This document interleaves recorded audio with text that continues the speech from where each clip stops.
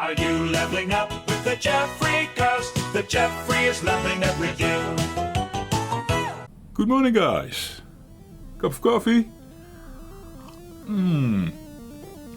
Today on the menu, a floppy that I'm working on. It's not my floppy. This is a floppy we got as part of a garage sale package kind of deal. It says PHM Pegasus. That is a game on the front side. That is something with a submarine, I think. I couldn't play it on the Mega 65. And now on the back side, it says Diversen, which means like random shit. 36, number 36, it says on the disc. So this is something I've been doing every now and then. Well, that is the progress. There's like a lot of, a couple of discs there that I went through. Some were not working. One is something I bought. Well, we get over these things probably as well. Well, if there is something interesting to see. Let me show you my setup. So we have to make a 65, of course. Yeah, it is a bit dusty here, guys. This part I keep clean, but there's so many cables over there. It's crazy. I have my keyboard on here so that I can look up things on the CSDB, for example. Here's the Commodore 1531 drive. This is the model that Jeffrey had as a kid. I don't know if this is my drive, actually. I don't know. Maybe this was also part of that garage sale kind of thing. So we have that going for us. Let's put up the machine. I just hold the... whoa. I hold the reset button. I did it wrong. Go 64. Because we want to be in the Commodore 64. But now I wanted to hold the mega key. Okay, log on signal problem. This happens every now and then, not that much, but could have to do with my setup here for capturing the footage. If I do an asterisk load now for the directory, this is the kid Jeffrey's games. This is an auto-mounted image from my SD card that I've set up in the Mega 65 to always start up with.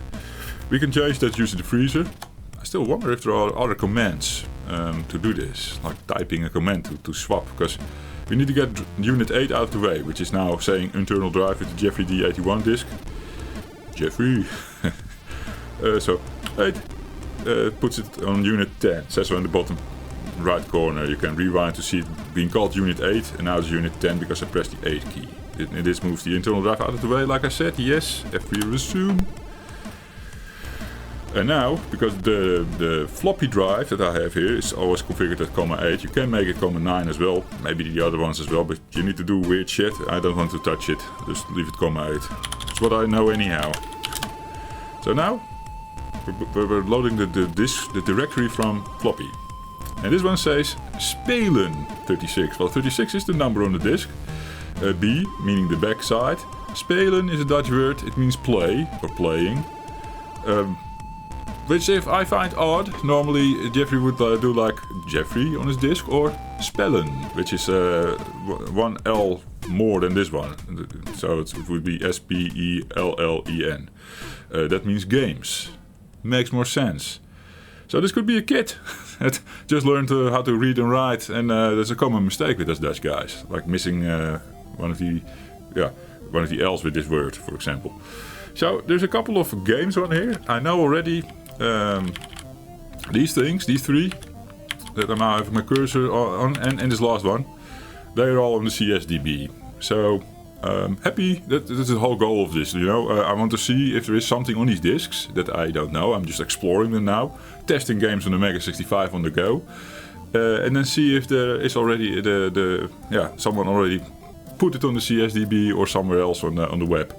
And then if it is not there, preserve it in some way. Maybe I'll upload it myself to the CSDB if that's possible. I don't even know. I've never interacted with the site in that way. But this first one, guys, there's an old one, I'm sure. If there is a copy on the CSDB, it's hard to find because there is like 101 entries on Starball if you look for it. And I look for it with star space ball. I did it everywhere. On the CSDB it's hard to find if they have a Starball copy, because most of them are like this breakout game from 1986 or something, or 1988. I'm not sure. And there are even 2 breakout games of Starball, one with the space and one without the space in between the words. It's usually where you end up getting. I saw a YouTube video with someone playing a game Starball on the C64, and it was a pinball machine. Also interesting. And there is another one even called Starball, which looks like the ball placer kind of thing, where you go 1 versus 1 with a split screen and sort of try to get the ball into the other guy's goal. But it was a sort of a simplistic indoor ball blazer. I don't know. All kinds of versions that share the name, which makes it a bit harder to look for this thing. But hey, the first thing we do is list, and this gives some clues what kind of crack this might be. So Tricksoft and UPC1. I've searched CSDB for Tricksoft and UPC1, couldn't find it. Or UPC, there is a member from some group called Triggersoft, or Trigger Software, but no releases, and he was a graphics guy, apparently. People keep track of that. So I couldn't lend this specific copy. I did find one copy of the internet on My Abandonware, which has a smaller size. It was like 72 blocks, I think. It said something like this, something with 7. And they have it like 48 or something like that. So this is a more bloated release, at least, than the other one. It could have had a better cruncher, the other one. So there is already one copy out there, that's for sure. But this is maybe Jeffrey's contribution to the scene. And will it play on the Mega 65? It does. The My Abandonwares had this game at 1983, listed at 1983.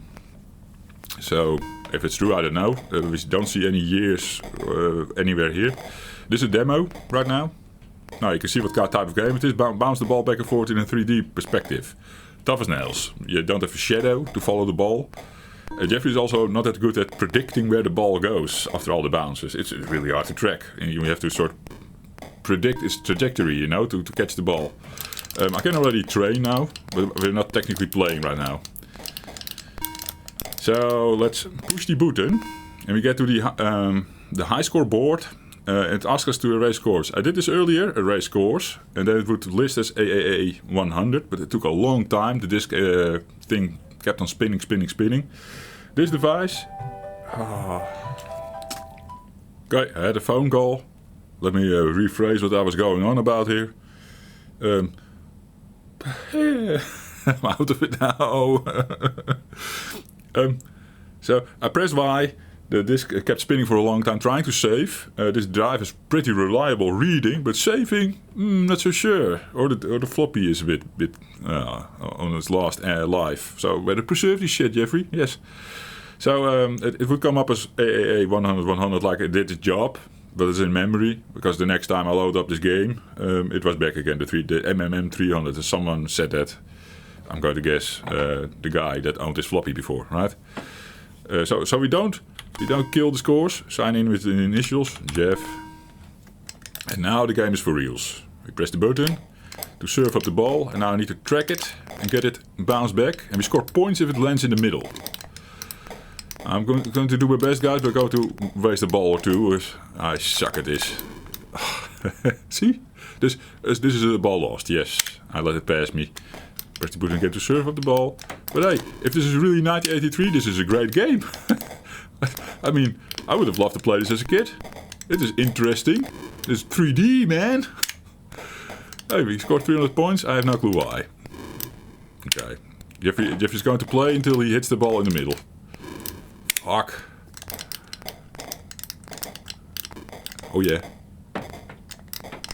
Oh, see? I'm more of a reaction guy. I like to react and not trace the ball in advance and then try to be there in time.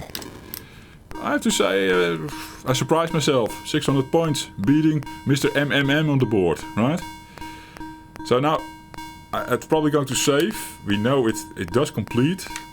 It says game. Oh, we can go again? Or is now, what's happening? We can go again. It doesn't do anything with the score. No idea how you save the scores then.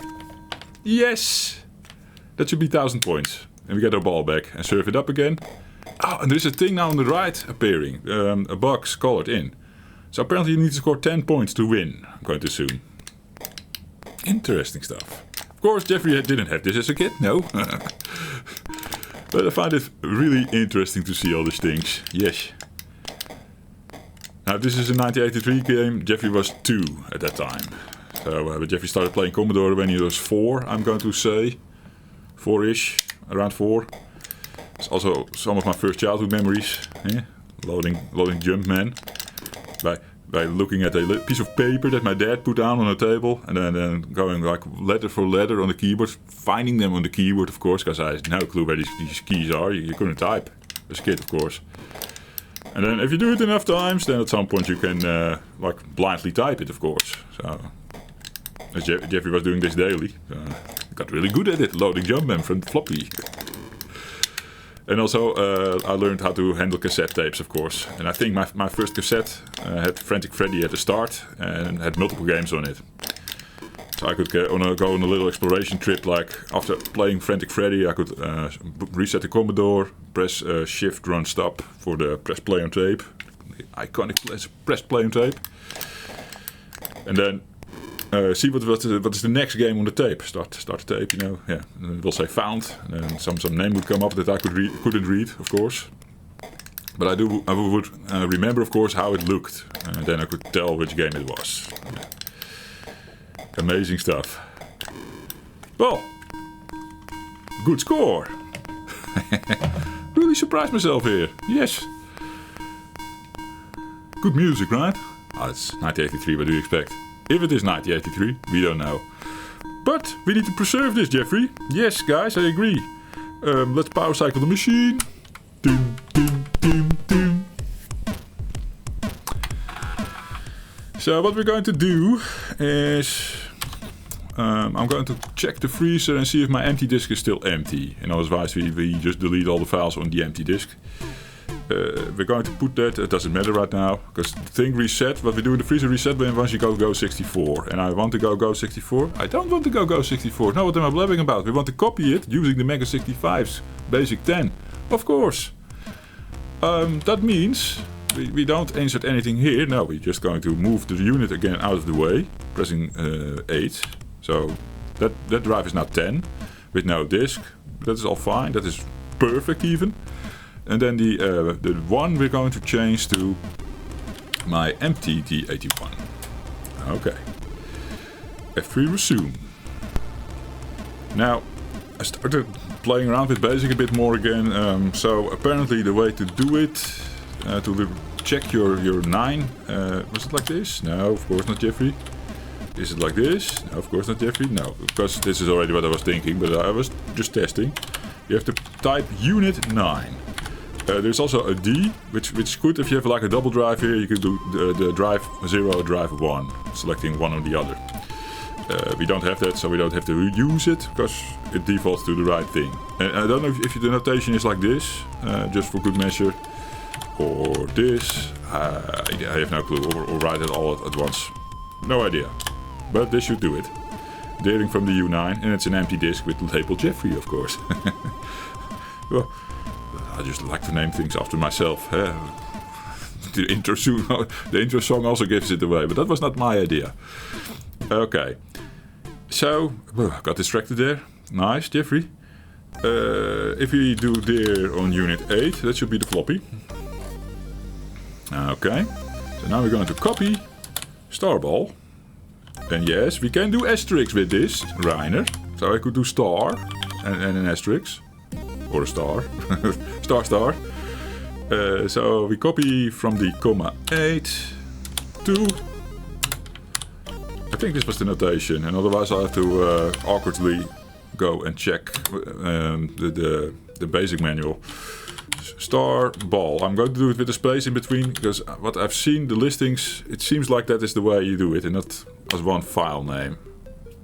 Jeffrey, you're doing it wrong. No, that's just what I believe. 2,9. Syntax error.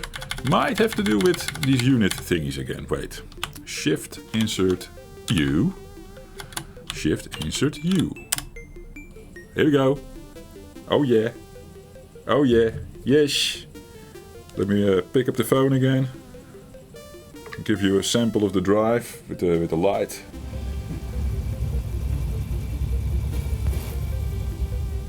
I may be able to capture some sounds from that so that you hear the drive closer, thanks to the phone. Because the mic is a bit there, it doesn't register that well. It's a nice soft sound, this one. Great drive. I have 4 drives in total sitting here next to me. We tested one earlier with Spirit of the Stones. That one seemed to be reliable, but then I popped in some this is something I bought from Cytronic back in 2013, I think, or 12, around that era. I bought it, you know my tactic. I bought Night and Grail, the deluxe version on Floppy, and shipping costs. So I was like, what else is there? This is a diskette with 3 games from the Mojang twins. They're still out there making stuff for all kinds of retro machines. And these 3 games are, their C64, how to say, contribution back then. Simple platformers, kind of fun. We should cover it as well. It's a nice disc to check.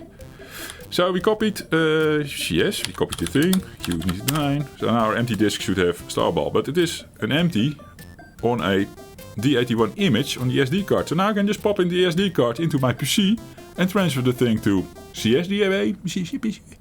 We'll see. I don't know what to do with it yet, but I'll get to it. And maybe in the next, what is on this Floppy Jeffrey video, I'll tell you, the next steps, how Jeffrey is preserving these things. Because I don't know yet. Never done this before. Thank you for watching, and see you in the next one. Cheers! Are you leveling up with the Jeffrey? 'Cause the Jeffrey's leveling up with you!